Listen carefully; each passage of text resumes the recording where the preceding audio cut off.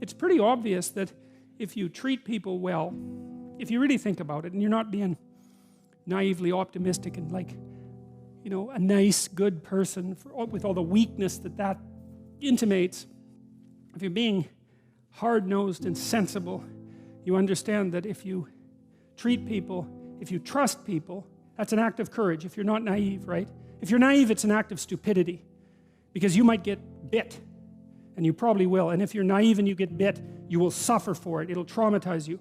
But if you're not naive and you know you can get bit, then you might ask, well, what should you do with people? And the answer is you should trust them.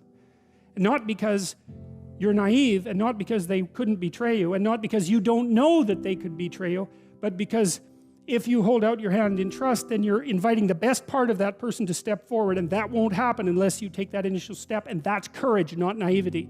You know, on the road to enlightenment, you encounter all the things that you don't want to encounter first, like all the weaknesses of yourself, and all the realizations of the tyranny of the world, and the catastrophe of nature, and all of that. And so you step out of your encapsulation, your ignorant encapsulation, and it's immediate plummet into something that's a desert, let's say, where everything is chaotic and where you're wandering around without direction.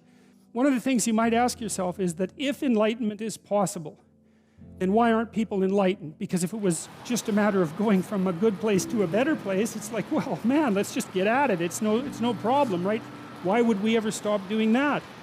You can withstand it, a fair bit of the catastrophe of life, by establishing the proper covenant and by acting in a trustworthy manner and extending your hand to people properly.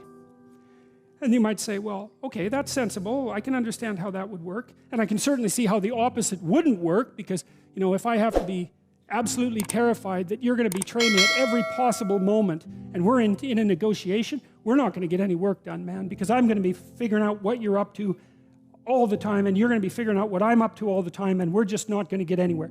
You'll come and say you're going to do something, and I can just simplify you. I can say, you're going to do what you said you do. I don't have to worry about you. And then the same applies to me, and then we can go do something, and that's how we generate wealth.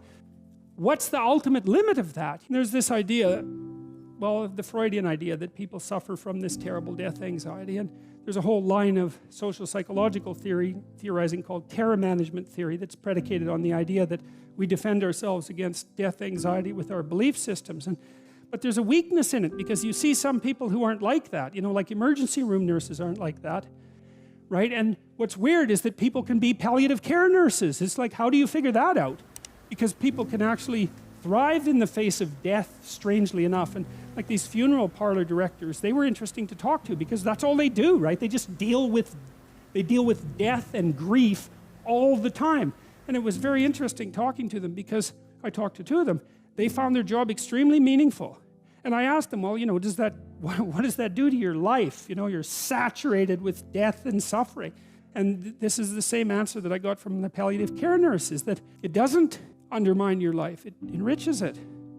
Now, who would guess that, right? What it does is speak to human possibility, because God only knows how tough you are. You know, I mean, if you read history and you read about what people have done, you think, wow, we're pretty tough. It's ridiculous. So who knows how tough you are? And maybe you find out by going out to find out how tough you are, right? So you take on a challenge, one that you think you can master, that's just a bit beyond your grasp, and you master it, and then you're a little tougher, and you think, hey, that worked out pretty well. And so then you're more of a monster. And then you go out and you find another challenge that's even bigger, and you think, well, maybe I can do that too. And then all of a sudden you can, and you get a little bit bigger, and God only knows what the limit is of you. See, we're very pessimistic, us modern people. You know, we're pessimistic about humanity, that's for sure. But you know, it would be nice if we could be optimistic. We don't want to underestimate the utility of establishing this bounded relationship with the ideal and attempting to live with some nobility in truth while aiming at the highest ideal. There's nothing about that that's anything but strengthening and positive. And it's exactly what you need to set against the catastrophe and uncertainty of life. If you maintain your contract, and that has to do with honesty and trust and truth and all of those things. If you maintain your contract, then you have a good possibility, the best possible possibility of making your way through the catastrophe and the chaos. And I don't want to be naive about this. You know, when I read Jung and I started to understand the idea of the hero archetype, you know, the idea that the human being is a force, a logos force that can stand up against chaos and catastrophe and tragedy and evil and prevail. I never did think that that meant that if you did stand up and tell the truth, that you would necessarily prevail, right? It's not a magic trick. It's your best bet. That's the thing. You don't have a better option. We know that there's corruption in our society and that people betray each other. What would be the upside if we really determined to act honestly? What do you think it is that people would be able to do with the world if we stopped acting in a corrupt manner? How far back could we push aging, do you think, if we hit it hard for 50 years? Could we triple our lifespan? It wouldn't surprise me. All these terrible diseases that beset the planet, we could get rid of them. There's no reason for hunger and starvation. We make enough food. You know, your life isn't fully under your control by any stretch of the imagination, but it might be nice to not have your conscience eating at you saying, look, you know, you had a big opportunity there. But it's bloody easy to make a catastrophic mistake, and you'll do that in your life, you know. And maybe humility is one of the things that can prevent that, because you can look and you can think, okay, what am I doing wrong? What am I doing wrong? What can I do better? How can I do this properly?